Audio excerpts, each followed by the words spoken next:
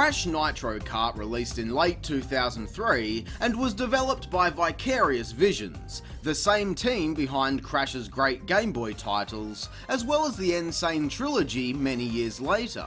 CNK had some big shoes to fill following Crash Team Racing, shoes that were simply impossible to fill if you ask me. But honestly, it's been a long time since I covered this game, way back in December of 2014. And unlike CTR, I actually haven't played it since. So strap yourselves in for a turbocharged extravaganza, because here we go. The story this time around sees both Team Crash and Team Cortex beamed off to a faraway planet where Emperor Velo demands their attendance for his grand championship.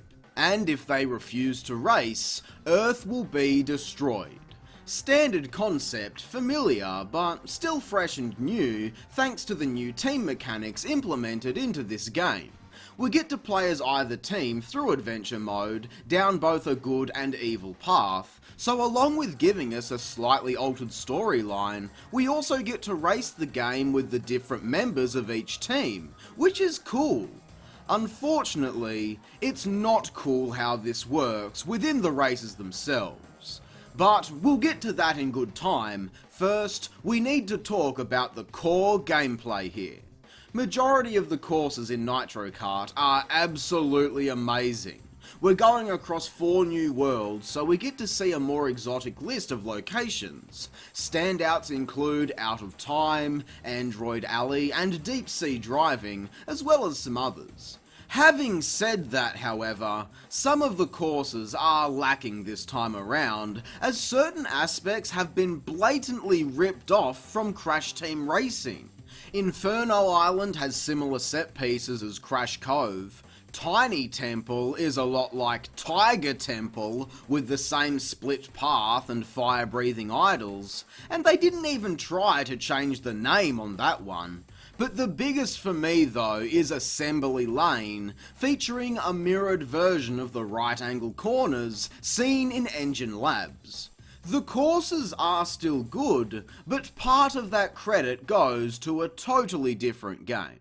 But the biggest addition Nitro Kart introduced was anti-gravity sections. This allowed for much more unique course design featuring giant loops, corkscrews and vertical walls to drive on.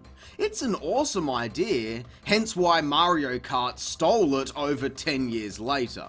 But in all seriousness, Nintendo handled this gimmick so much better. I don't know why, but these just don't work well at all.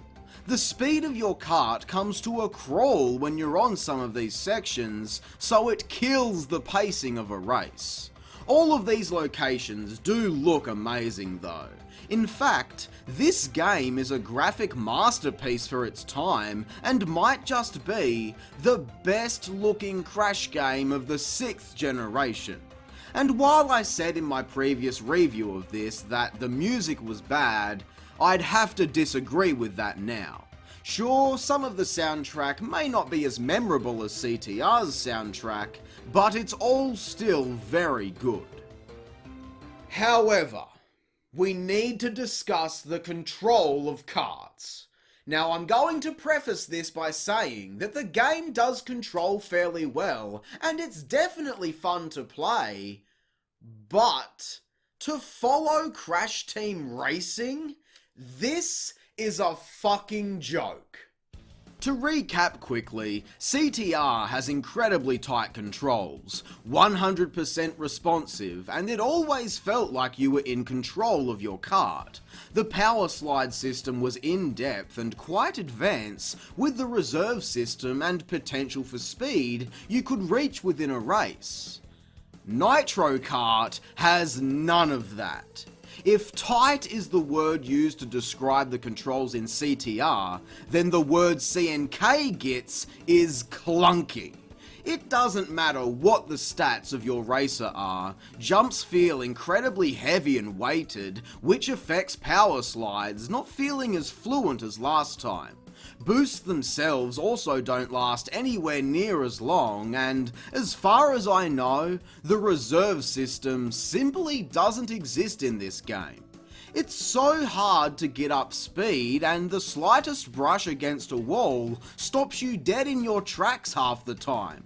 So it's like you're trying to drag the cart through thick sand, especially when you hit a bad patch of anti-gravity, which slows things down even more. Look, I don't want to harp on the negatives for the entire video, because I did that last time. People think I hate this game based on my previous review, and I can understand why they got that impression.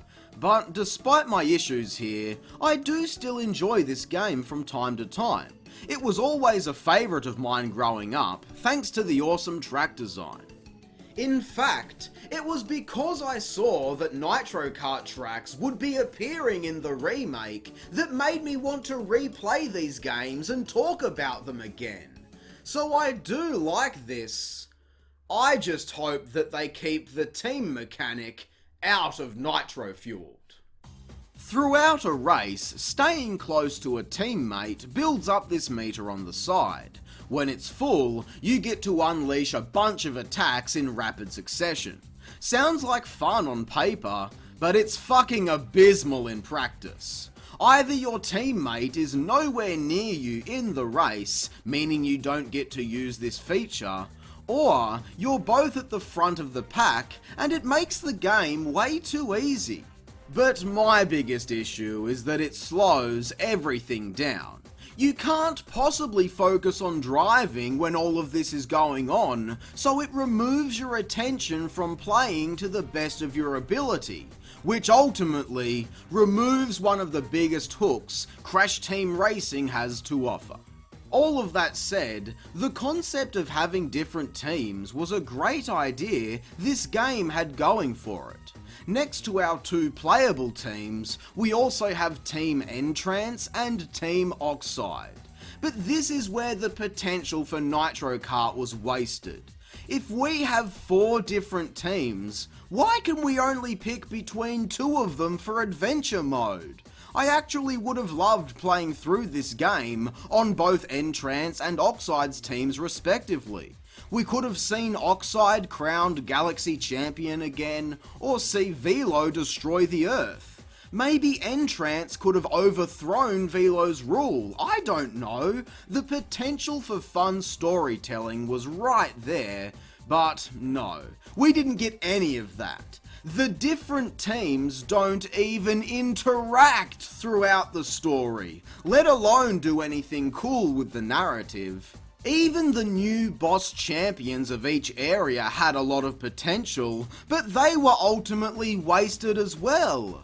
And of course, my biggest piss off with Nitro Kart is that you can't even unlock these boss characters. This is a rare example of when the Game Boy Advance port is actually superior to the console version. By removing all of the dumb gimmicks that ruin the game's pace, anti-gravity and team frenzy, Nitro Kart on GBA is much more energized as a result. We've got all the same courses with only a few minor adjustments, the music is still good, and throw in on top of that a roster of characters that makes a lot more sense. This measly port that also appeared on the N-Gauge is up to par. Now, I don't know why I gave it a 6 out of 10, that seems a little too high looking back, so let's quickly fix that. A 5 out of 10 fits this game much better, and honestly, that's still a decent score for a portable game. Unlike a 5 on console, which is average at best. And I think that describes this game perfectly. But it's just such a shame when it's all said and done. Like I said previously, Nitro Kart is a good kart racer, definitely better than most, but it's just such an inferior version of Crash Team Racing, I can't even fathom a nosedive in quality so severe. The problem with Nitro Kart is pacing, throughout every aspect. When you're racing, it's hard to get up decent speed and maintain it.